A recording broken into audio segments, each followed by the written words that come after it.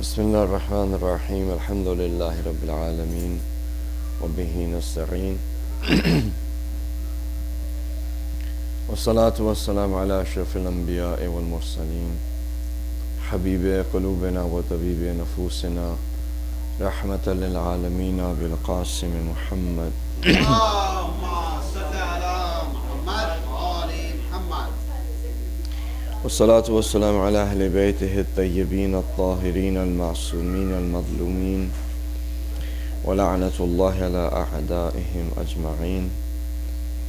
اللهم كن لوليك الحجة ابن الحسن صلواتك عليه وعلى آبائه في هذه الساعة وفي كل ساعة وليا وحافظا وقائدا وناصرا ودليلا وعينا حتى تسكنه أرضك طوعا وتمتعه فيها طويلا برحمتك يا أرحم الراحمين. اللهم صل على محمد وآل محمد.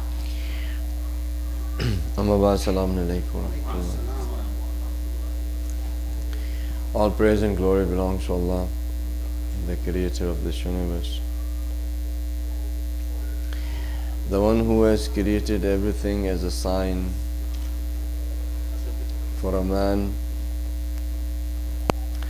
to find out the true reality. Allah subhanahu wa ta'ala himself is truth. Is one of his names is Haqq. And the Holy Prophet has said that Imam Ali is with the truth and the truth is with Imam Ali. If you look at Islam, truth has a very special place. And the opposite to truth is a lie, a falsehood. Haqq and Batil. All of the things that Allah subhanahu wa ta'ala has created are signs to find out what the truth is. If these things are not utilized in the right manner, then the person will not get to the truth. They will get to something which is batil or false. And falsehood or lie, in traditions it has been said that all of the diseases of the soul, all of the bad deeds, all the things that you can think of them to be ugly, they happen to be in a house. Just imagine that everything that you can imagine that is falsehood, that is ugly, that's a bad trait, live in a house. They're locked up. And the key is lying. So when a person lies, they turn the key, the door is open, and all of the rest of the bad qualities, they come to that person. So lying is the key to all of evil, ugliness, bad qualities and so forth. A person came to the sixth Imam and he started talking to him. There was quite a few people used to go to the Aimma and they used to tell them about what their people that they believe, that people that believe in the Aimma, they are doing. So you always, as if right now, we as Shias, somebody was to go to the Imam of the time and say that, the people who believe in you, they do such and such. So a person went to the Imam and said, somebody who believes in you, can they commit adultery? Imam was like, maybe. Somebody who believes in you, can they drink?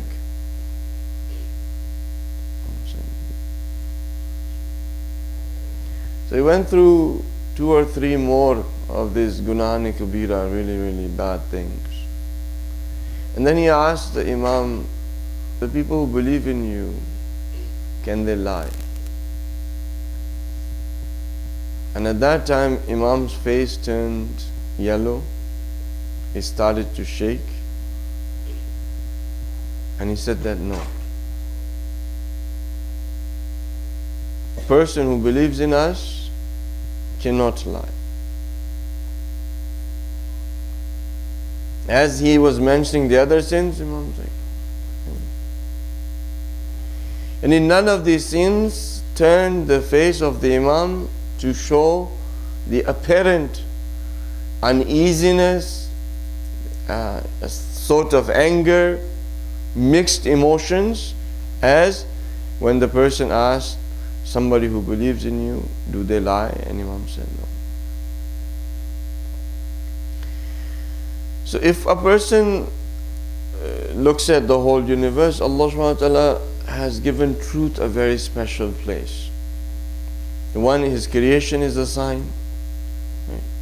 The other is kept, if a person is truthful, then they will be able to stay away from a lot of the wrong and the bad characteristics. Right? And then also it has a very special place when it comes to Anbiya and Aimam Masumin alayhim salam. So what is that thing called truth?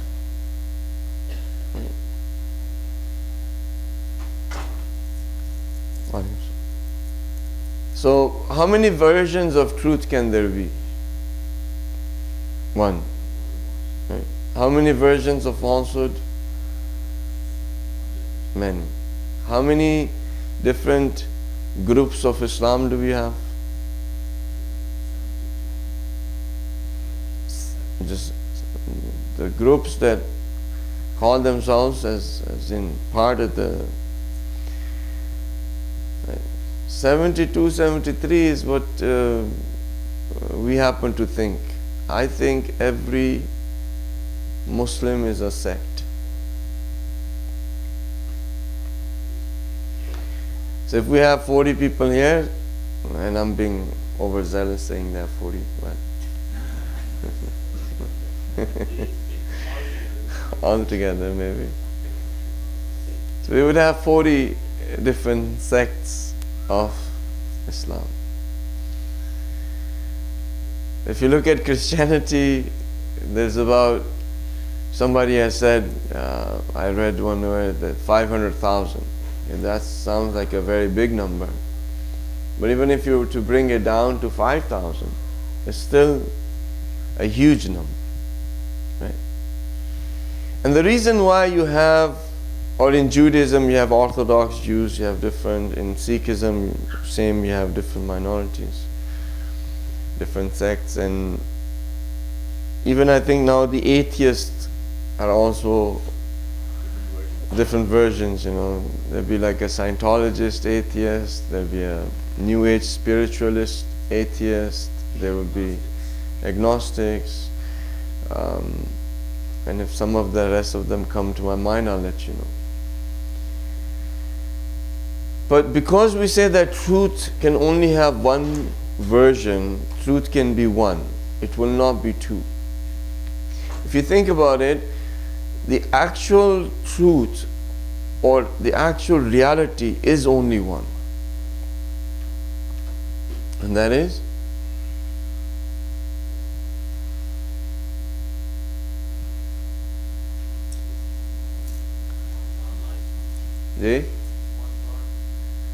the actual reality in this whole universe. We said that truth, it can only be one, is not two.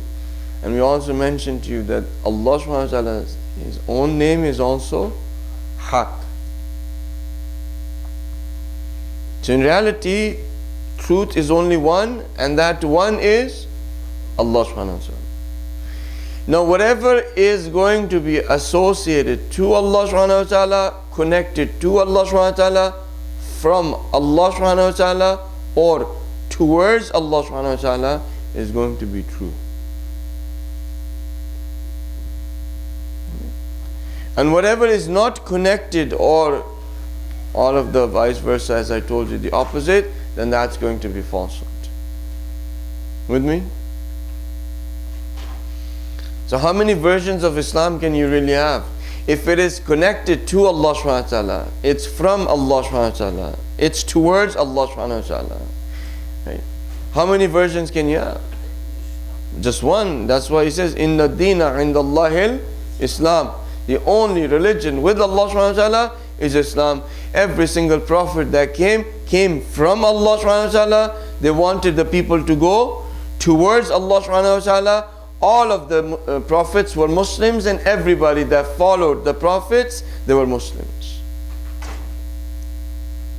It is afterwards when people started to distort their religion, then you start having Christianity, Judaism, Sikhism, Hinduism, and the rest of the isms. So this is a very clear proof that if you look at any religion, if you find that there are, that sort of differentiation, that, as I am mentioning, that every person becomes a sect, then there is something definitely very much wrong. The social science, and the people who study social sciences, they say that in the beginning there were a lot of, like 1,000 religions, and now they are brought down to 3 or 4. That the evolution of religions has been there are a few thousand, and now they've been brought to 3 or 4. But reality is that the evolution, of, if you can call it evolution, was one religion, and which got into thousands or 4 or 5 that are remaining now. Why? Because if you look at every religion, it seems like they have similarity to each other, and especially they have similarity to Islam. With me so far? So the reason why I'm talking to you about this is that in order for a person to find out what the truth is, if you do not find out what the truth is, you will never recognize what your potential is.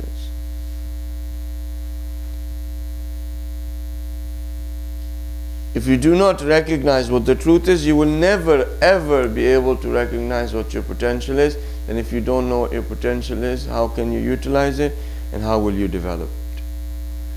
So each Muslim is supposed to be a seeker of the truth. ठीक है, उर्दू में कह दें, हर मुसलमान क्या होता है? सीकर को क्या कहेंगे उर्दू में? चाहने वाला, या जो हासिल करना चाहे, ढूंढने वाला. हर मुसलमान ढूंढने वाला, चाहने वाला, हासिल करने वाला सच के बारे में. और जब उसको सच मिल जाता है, फिर उसके पास सब कुछ आ जाता है. नहीं मिलता तो फिर उसके पास कुछ भी नहीं आता. हर मुसलमान. ये आपने, you thought that I just made this as a poetry. It's not poetry. ये शेर और शायरी नहीं है. What do you say? I bear witness? No, you bear witness there is no God.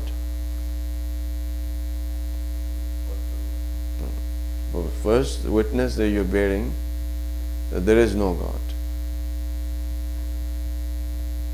So are you mashallah becoming atheist? First you become atheist, then you say Allah. You're saying I bear witness there is no God.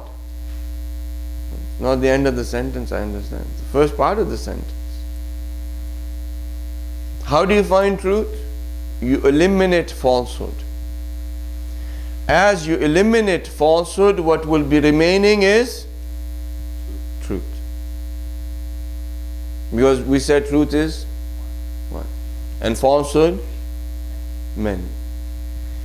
So a Muslim is that person who starts eliminating everything, goes through, looks at, no truth, eliminate. This not the truth, eliminate. It goes through the process of elimination to the point where they get to that where there's only one remaining, and that is Allah, which is the truth. But if a Muslim does not do that, then they stay and they remain on the religion of their forefathers, who might have also not taken the process of elimination.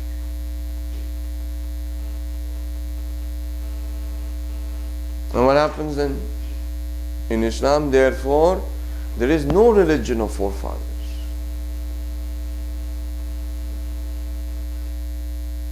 Abaideen Islam ke andar jagah nahi rakhti. Why? Because you are witnessing to that. You're proclaiming that. You're saying that everything that I will go through, each and everything, and I will eliminate. I look at, for example, I'm just saying this now in our context. I look at my wife, she's not ilah. I look at my children, they are not ilah. I look at my job, that's not ilah. My parents, that's not ilah. I'll go through every single thing that comes into that definition of ilah. And what is ilah? Ilah means something that you deem to be worthy of love, obedience, or worship. When somebody used to call something God, is because they found it to be worthy of love, obedience, and worship. That's what the Arabic word ilah means. Ilah meaning you come in front of that being, you're mesmerized. They also used to use that word for women as well. Allah subhanahu wa ta'ala uses this word for your lowly desires. Have you not seen those individuals that have made their lowly desires as ilah? So one of that process of a Muslim is that goes through everything that he or she finds it to be worthy of love, obedience, or worship, or if you don't want to go through that route, who a person finds it to be beautiful, in whose company you are in awe.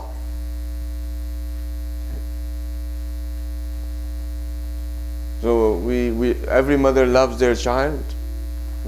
They are in awe of their child. They cannot see the faults of their child. They cannot see the shortcomings of their child. And they fall in love with that child. But if somebody comes and looks at them and says, you know, you have a face only a mother can love.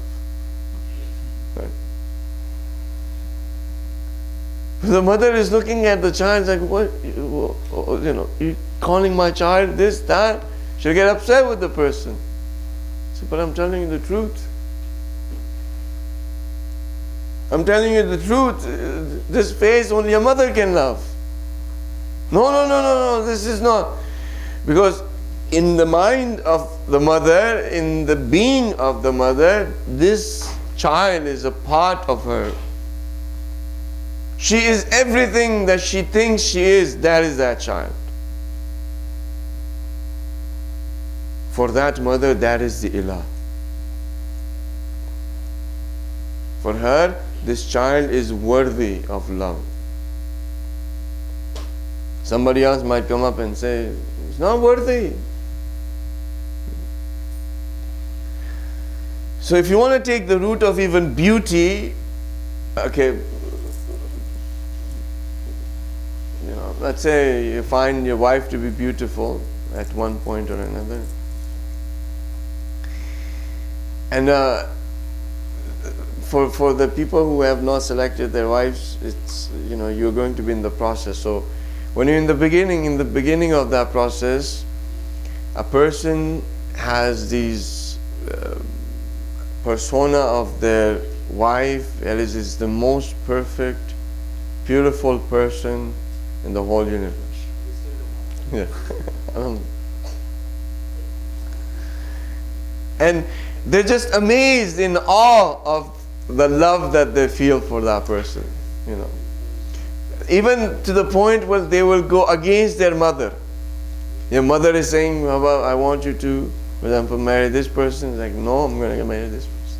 But I'm your mother, I'm telling you, I know the best for you. I have raised you, I've gotten you this big. No, I'm going to marry the other person. And as soon as that marriage happens and the people start living together, slowly hijabs, they start going away. So the curtains, they start going away. And as the curtains are going away, the person doesn't look that beautiful anymore. You started to look at those faults that you could not see before. You started to look at those habits that you did not know before. You started to look at that attitude you did not know before. And before you know it, after a year or two, you're looking at the person, it's like, is this the person I married? And it happens to the sisters as well. Why is it that this process happens? Why is it that we fall in love and we are just in awe? And it's because in our minds, that person becomes beautiful. Yeah? No, alhamdulillah, we attach it to certain things that are going to change. Like if we attach it to beauty, to physical appearance, well, that's going to change. If you find, you'll find many people like that, right? Like we are in awe of cars, for example. We're in awe of houses. It's just like you walk into the house, it's like, wow. So every time you come in front of something that you're going to say, wow, that's sort of an Arabic equal of saying ilah. Okay. And if you look at the beauty that Allah subhanahu wa ta'ala has created, when you actually see in that creation the beauty of Allah subhanahu wa ta'ala, that truly is wow. Not that this is my son, this is my daughter, this is my husband, this is my wife. No. When you actually see creations with the beauty of Allah subhanahu wa ta'ala reflect in there, and you're looking at that, you are in the awe.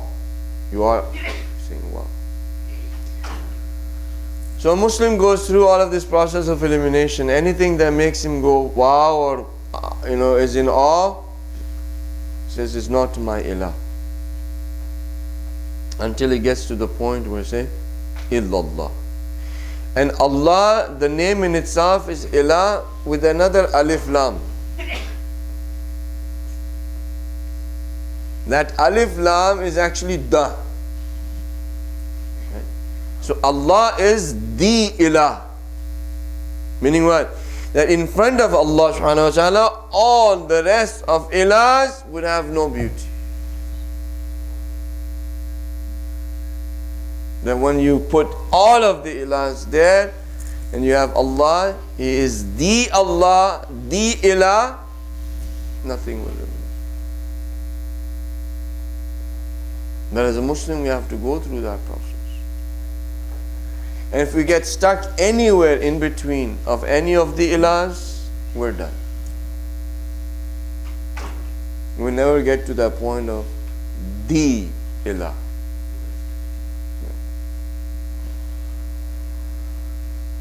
So this in particular is a test of every single person, including myself, and we all have to go through it.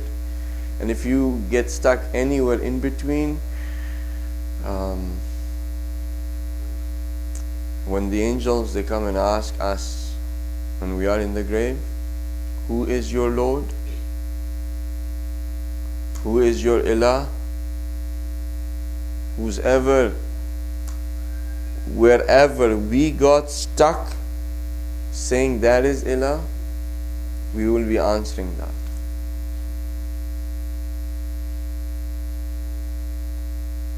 If the angel comes and asks you, who's your ilah? If, for example, for me, ilah was money, where I just got stuck there, I'll be saying money. You think that this process is just for, यानी ऐसे मजाक के लिए कि भाई मलाइका आएंगे सवाल पूछेंगे? हाँ, सवाल पूछेंगे, हम तो जवाब देंगे. जब आके फरिश्ता पूछेगा तुम्हारा इलाह कौन है, मैं कह दूंगा अल्लाह है. अल्लाह तो तब कहेंगे जब ये सारे इलाहों के बाद उस जगह पे पहुंचे जहां पे कह सकते हैं अल्लाह.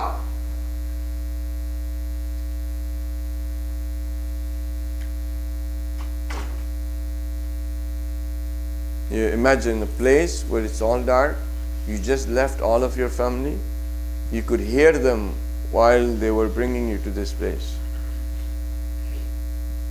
They had to stop you 3 times to get to your grave. Why? Because you could hear them, you could see that grave. And you think that this is not going to happen? The last cell that dies in a human body takes 36 hours. And that cell is the last neuron that fires in your brain. When I will stop clinically, when I die, when my heart stops beating, the process, it takes 24 hours for my cells to die. And 36 hours is the last neuron that fires.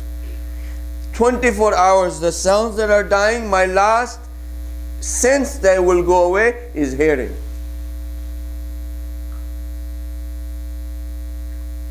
The last cell that dies of the sense they utilize, the Oculus I think it's called, or this bone, the ossicle. It's a small little bone with 3 rings.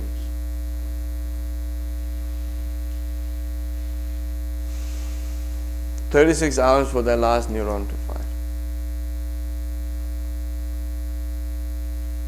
Now when I read that, I was amazed.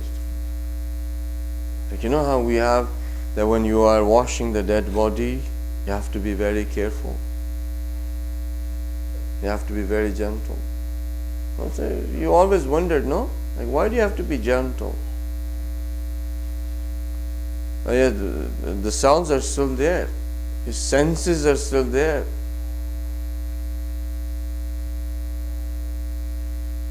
The neurons in the brain are still alive. You imagine yourself to get to that point where you've left your family, somebody had to give you a shower, you could not do anything yourself, somebody washed you, you were lying there, and there were other people in the room who had to give you that last bath. How state of weakness it is. When you take a bath, you don't want anybody else to see you. Here you're lying on a table and there are people in the room and they're giving you the bath.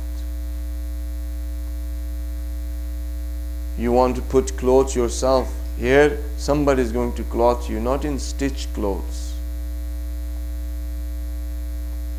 just sheets. Then you get scared when you put a leaf on your head, when you put a blanket on your head, you get scared, you feel sometimes suffocating. They're going to cover your face and tie it. And there they're walking you, putting you in the coffin, you know where you're going. And you're in that place for the first night, and all of a sudden an angel that you have never seen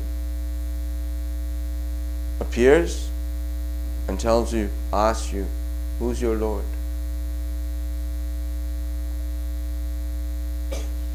You think it's going to be that easy to answer Allah? This scenario that I just narrated for you, and I'm not a good narrator, is so scary that if somebody was to ask you right now, what's your name? You might not know what your name is. And you think that at that time we can say Allah?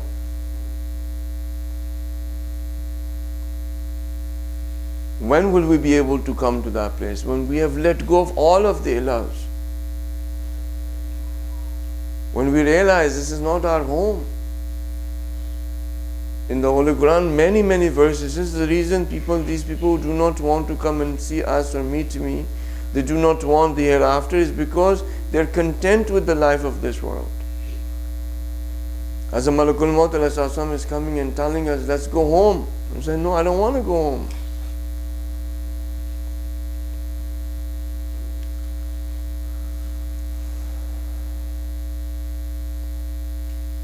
There's no point, there's no place in Islam for religion of your forefathers. Just because I was born in a Muslim family, that doesn't guarantee me anything.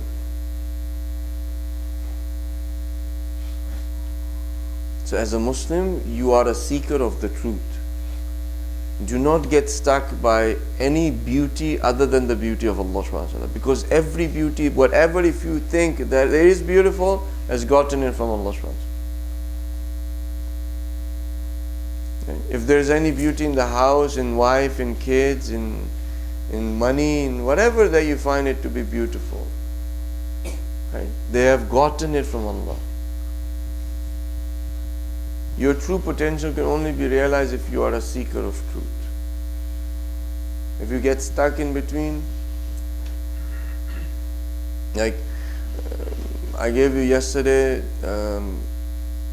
I gave you 4 things that we need to work on. Because you always say to me, okay, or people say to me that you don't say, oh, it's okay, that you just tell us, you make us feel bad, and you don't tell us what to do.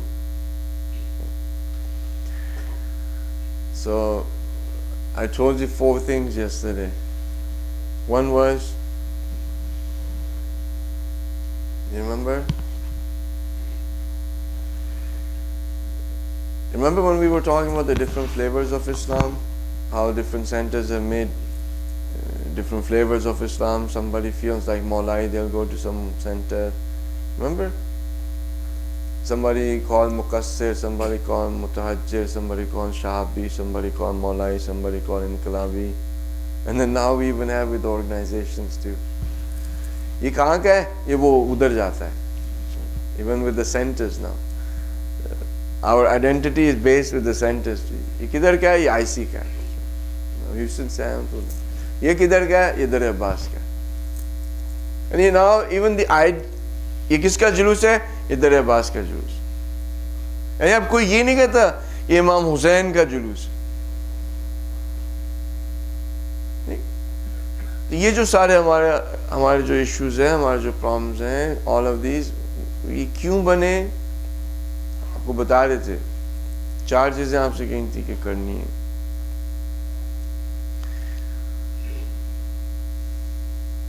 अच्छा बताया था ना कि क्यों बने थे? इसलिए कि कुछ लोगों ने समझा कि फिक्र ही सारा दीन है. Some people thought that fiqh is the whole religion. Furuat is one portion of religion, is not whole of the religion. So what did they do? It's like somebody in a car is standing outside, they take one tire, you take another tire, I take another tire, the other guy takes another tire, and then we go home and we are very happy. Why are you so happy? I have the car. Why you don't have the car? You just have one of the tires. If you had taken the whole car, then you would have a car. Stepney उठा ली उसकी तो वो मेरे पास गाड़ी आ गई. क्यों? कौन सी गाड़ी? People like do that sometimes. They steal the emblem. Right? So it's like Mercedes, BMW, Jags, they steal emblems. And then they put it in their necks. And they feel as if they've got a Mercedes. Papa, you don't have the Mercedes.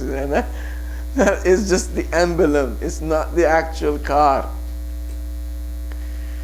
So some people decided that Islam was just fiqh, and they ran away with that. And now everything in Islam is fiqh, fiqh, fiqh. That's all. The wife is like, oh, you were responsible to pay me, for example, $455. You did not pay me $455. That was my nafaqah. So because you have now given me my nafaqah, I'm going to leave you.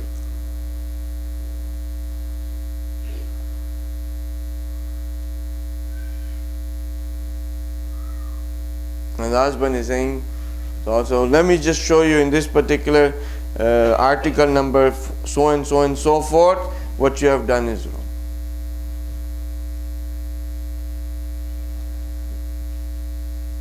Some people, to them, Islam is just that. It's just fair. So they become a separate group now. Now, when the Maulai looks at them and says, these are Muqassir. They are Wahhabi. Shahabi is a word when you connect Shia and Wahhabi, you say Shahabi. And I mean, these are actual words. I mean, even Khandawar, I mean, either you are a Wahhabi or you are a Shia. I mean, you cannot be both, right? Like it's like fire and water, you can't put them together. But so these people started going after Islam just on fiqh, and that's the whole Islam. So then the Maulais are looking, the ones who took which other tire? Not Tawheed, not in Nabuwat, not the whole Imamat, just in the Imamat, Imam Ali. And took that and ran away. And said, we are Maulai, we are Maulai. This is the whole Islam, it's just that. Yani Imam Taqi, Imam Naqi, Imam Hasan Askari, these Aimma, they're literally Mazloom. Yani they have maybe Imam Ali or Imam Hussein, that's it. This is it, this is the whole Islam. As long as you are going to do matam and you're going to be very happy listening to their karamat and mojat, and you're going to be upset and show your hatred for their enemies, that's all what Islam is, and that's it. And then you have the third group, which is they took you know what, you just have to be a good person. Just be a good person. Don't harm anybody. Don't say anything bad. Just be a good person. Yes, God will forgive you. All of this, I don't want no dogmas, no this, no that. Just want to be a good person. So how many versions of, and everybody saying, I have the truth. You talk to those people, it's like, where's your namaz, where's your roza, where's your hajj, where's all of that? Where is the love, ishq of Imam Ali? Where's the ishq of Imam Hussein? Where is that burning love of Imam Hussein? Oh, just be a good person.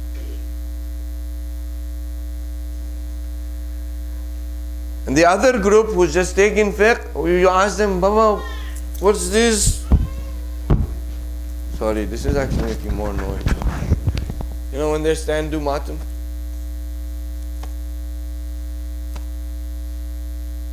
What is this? I'm doing matam of Imams. Is this the emotions you have?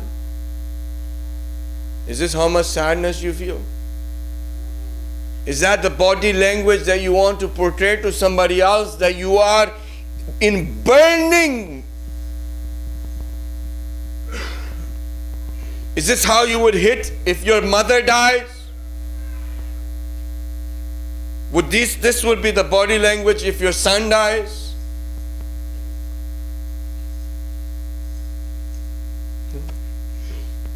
And then you have the individuals who will do matam and they will make a competition out of it. Whose chest is more red, mine or yours? Oh, this guy does really, really good matam. What? He's got a really nice motion. He's never out of sync.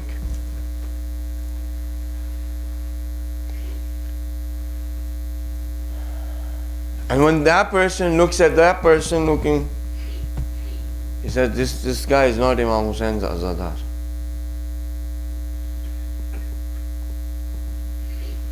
So we have all of these different things, and everybody is saying that they have the truth. Right? The guy who's not praying, who's not doing anything, and just listening to Noah's 24/7, and he's got karas in his hands and everything, and no namaz, no roza, no fiqh, no akhlaq, no this, no that. It's like, I have the truth. मेरे पास हक है. जो फिक करता है वो भी कह रहा है मेरे पास हक है. जैसे कि हज़रत अब्बास के आलम फिक वाले ने भी उठाया हुआ है, वो जो इस तरह करता है उसने भी उठाया हुआ है, और जो ये कहता है कि the person who says just be a good person, इसने भी हज़रत अब्बास का कलम उठाया। यानी सबके पास हज़रत अब्बास का कलम है, सबके पास हक है। Everybody has the truth. Islam is not pieces. Islam was not given to us to cut it in pieces.